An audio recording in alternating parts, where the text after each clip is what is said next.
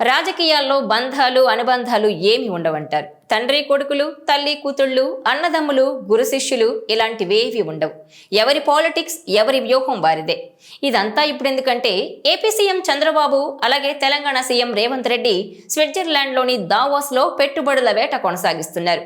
ఈ నేపథ్యంలోనే చంద్రబాబు అనుంగి శిష్యుడిగా పేరుపడ్డ రేవంత్ రెడ్డి తన గురువు పైనే యుద్ధం ప్రకటించారన్నది ఇప్పుడు తెలుగు రాష్ట్రాల్లో సంచలనం రేపుతోంది.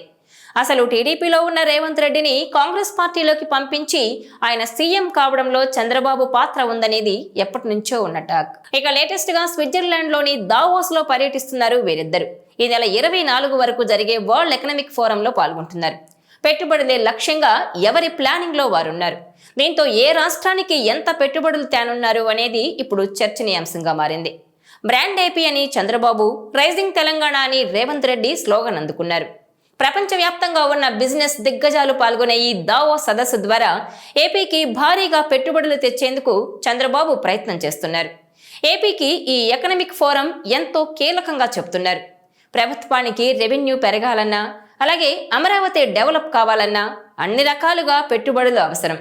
2047 నాటికి ఏపీని అభివృద్ధి చెందిన రాష్ట్రంగా చూడాలనుకుంటున్న సీఎం చంద్రబాబు రాష్ట్రానికి పెట్టుబడులు వచ్చే ఏ ఒక్క అవకాశాన్ని కూడా వదులుకోవడం లేదు.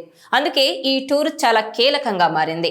గతంలో 3 సార్లు ముఖ్యమంత్రిగా పనిచేసిన చంద్రబాబు ఇప్పుడు 4వ ముఖ్యమంత్రిగా ఉన్నారు.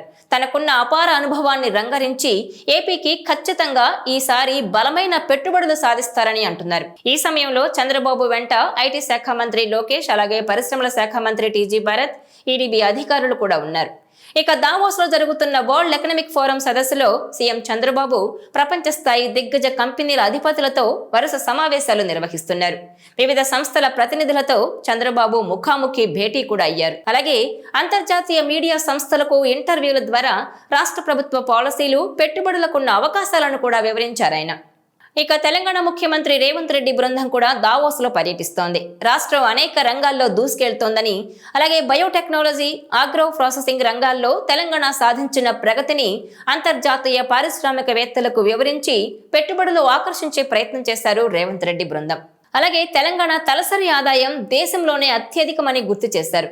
రాష్ట్రాన్ని 1 ట్రిలియన్ ఎకానమీగా మార్చడమే తమ ప్రభుత్వ లక్ష్యమని కూడా చెబుతూ పెట్టుబడిదారులను ఆకర్షించే ప్రయత్నం చేస్తున్నారు. భారత ప్రభుత్వం లక్ష్యమైన $5 ట్రిలియన్ ఎకానమీలో తెలంగాణకు అధిక భాగస్వామ్యాన్ని కల్పించేందుకు తాము కృషి చేస్తున్నామని తెలిపారు. మరోవైపు ఇప్పటికే సింగపూర్ పర్యటనలో తెలంగాణకు ఓ భారీ ప్రాజెక్టును తీసుకురావడంలో సక్సెస్ అయ్యారు రేవంత్ రెడ్డి. రాష్ట్రంలో 450 కోట్ల పెట్టుబడులు పెట్టేందుకు క్యాపిటల్ అండ్ కంపెనీ ముందుకొచ్చింది. హైదరాబాద్లో అత్యాధునిక ఐటీ పార్కును ఏర్పాటు చేయనున్నట్టు ప్రకటించింది. ఇదే జోష్తో దావో సదస్సుకు హాజరయ్యారు రేవంత్ రెడ్డి. అక్కడ మరిన్ని పెట్టుబడులు రాబట్టేలా ప్రయత్నిస్తున్నారు. ఇక ఈ దావోస్ పర్యటన సీఎం రేవంత్ రెడ్డికి కూడా చాలా కీలకంగా మారింది. ప్రతిపక్ష బీఆర్ఎస్ తమ హయాంలోనే తెలంగాణకు పెట్టుబడులు వచ్చాయని గొప్పగా చెప్పుకుంటోంది. అందువల్ల కాంగ్రెస్ ప్రభుత్వం కూడా పెట్టుబడులను రాబట్టి మేమేం తక్కువ కాదంటూ నిరూపించేందుకు ప్రయత్నిస్తోంది. అందువల్ల సీఎం రేవంత్ రెడ్డి దావోస్ టూర్ను చాలా సీరియస్గా తీసుకున్నారు. ముఖ్యంగా హైదరాబాద్ పైనే ఫోకస్ పెట్టారు రేవంత్ రెడ్డి. పెట్టుబడులకు గమ్యస్థానంగా భాగ్యనగరాన్ని పరిచయం చేసే భారీ లక్ష్యంతోనే ఈ పర్యటనలో పాల్గొన్నారు. రైజింగ్ తెలంగాణ పేరుతో దావోస్ లో ఉన్న రేవంత్ టీం మరి ఏ రేంజ్ లో ఫలితాలు సాధిస్తారనేది వేచి చూడాలి. అలాగే ఏపీకి కూడా ఎలాంటి పెట్టుబడులు వస్తాయనేది చూడాలి.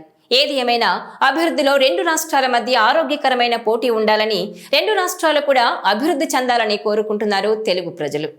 ఈ వీడియో మీకు నచ్చినట్లయితే please share, like and subscribe.